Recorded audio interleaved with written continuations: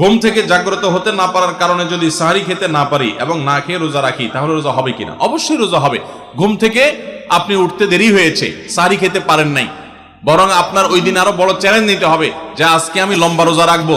রাত্রে যে খেয়ে শুইছি, সাহারি খেতে উঠতে পারি নাই, আমি ইফতার পর্যন্ত রোজা রাখলে আমার রোজাটা সবচেয়ে দীর্ঘ রোজা হবে, কষ্ট সবচেয়ে বেশি হবে। আর হাদিসে আসছে ইন্না আযামাল জাযা মা আযামিল বালা, কষ্ট যত বেশি হবে আল্লাহ তাআলা আজর বা বিনিময় তত বেশি দিবেন। যে আমি বেশি সহিষ্ণু হলাম, বেশি ধৈর্যশীল হলাম, বেশি সংযম করলাম, সো ওই দিন আরো বেশি চ্যালেঞ্জ নিতে হবে ইনশাআল্লাহ তাআলা। রমজানে রোজা রেখে যদি আপনি বিড়ি সিগারেট খান, খারাপ কাজ করেন, শুধু বিড়ি সিগারেট কেন, অনেক ঘুষখোর আছে, আমি শুনছি যে ড্রয়ার খুলা ওই ঘুষ দাতাকে বলে ভাই এখানে রেখে দেন, রোজা আছি তো ইফতার করে নেব।